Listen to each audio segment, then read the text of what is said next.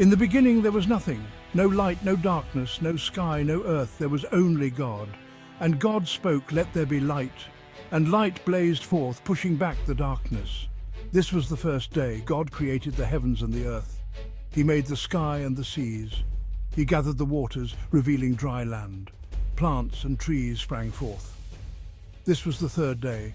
The sun and moon took their places in the sky. Stars twinkled, filling the vastness with light. This was the fourth day.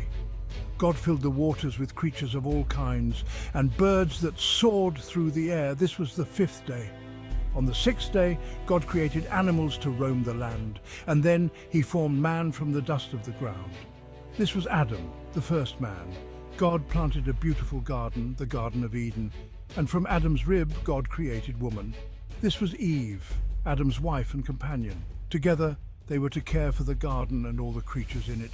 This was the sixth day, and God rested on the seventh day, pleased with all he had made. The Garden of Eden was a paradise. Trees laden with delicious fruit grew in abundance. Crystal-clear rivers flowed through the lush landscape. Animals lived in harmony, unafraid of Adam and Eve. Adam and Eve were naked and unashamed, living in perfect innocence. They spent their days walking with God in the cool of the evening, tending to the garden, and enjoying the bounty of creation. Their lives were filled with joy, peace, and love. God had given Adam and Eve one simple rule. They could eat from any tree in the garden except for the tree of the knowledge of good and evil. This tree, God warned, held a knowledge that would separate them from his love and bring pain into their lives. Despite this one restriction, Adam and Eve were free to enjoy all the other wonders of the garden. They lived in perfect communion with God and each other, their hearts overflowing with. However, their idyllic existence was not to last. A shadow was about to fall upon the garden, tempting them with forbidden knowledge.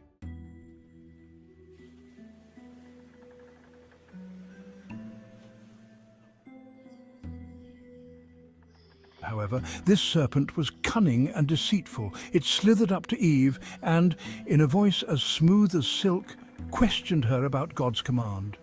"Did God really say you couldn't eat from any tree in the garden?" the serpent asked, its forked tongue flicking in and out. Eve, taken aback by the serpent's words, replied, "We can eat from any tree except for the tree in the middle of the garden. God said if we eat from that tree or even touch it, we will die." The serpent chuckled softly, its scales shimmering in the sunlight. "You won't die," it hissed. "Opened, and you will be like God, knowing good and evil." Eve looked at the forbidden fruit. It looked.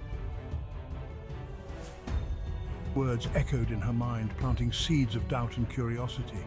Eve, enticed by the serpent's promises.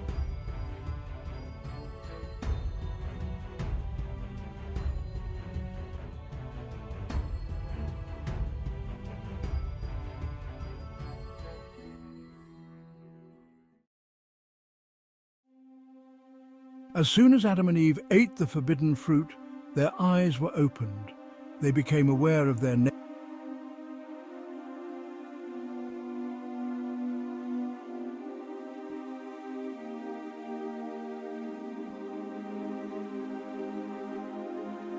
Adam and Eve, their voices trembling, confessed to eating from the forbidden tree. God, saddened by their disobedience, confronted them with their actions.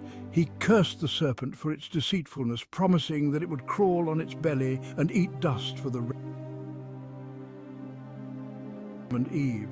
He told Eve that she would experience pain.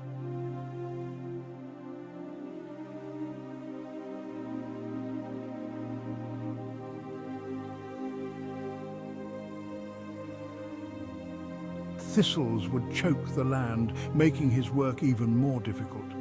Finally, God banished Adam and Eve from the Garden of Eden.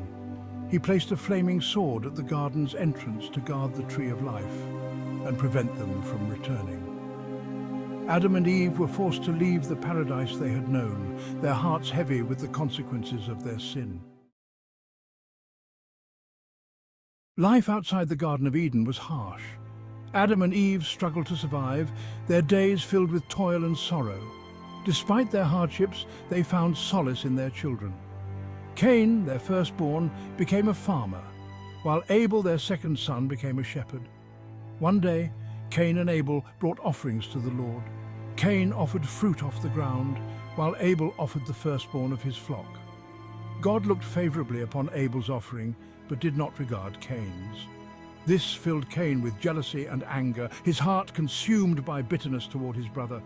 God saw the darkness growing in Cain's heart and warned him to control his anger. Sin is crouching at your door, God said. It desires to have you, but you must master it. Genesis 4:7.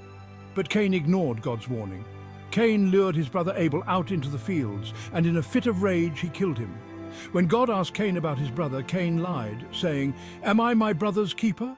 God, knowing the truth, cursed Cain for his sin. He would be a restless wanderer on the earth, unable to find peace or solace. Cain, overcome with remorse and fear, fled from God's presence, forever marked by his crime. Life continued outside the Garden of Eden. Adam and Eve had other sons and daughters, and the human race began to multiply. However, sin, like a weed, continued to spread, corrupting the hearts of men and women. Generations passed, and the world became increasingly wicked. People turned away from God, choosing instead to follow their own selfish desires. Violence and corruption filled the earth, and God saw that humanity's wickedness had become great. Yet even in this darkness there were glimmers of hope. A man named Enoch walked with God, and he was no more, for God took him. Genesis 5:21-24. In some Jewish and Christian beliefs, this meant Enoch went to heaven alive.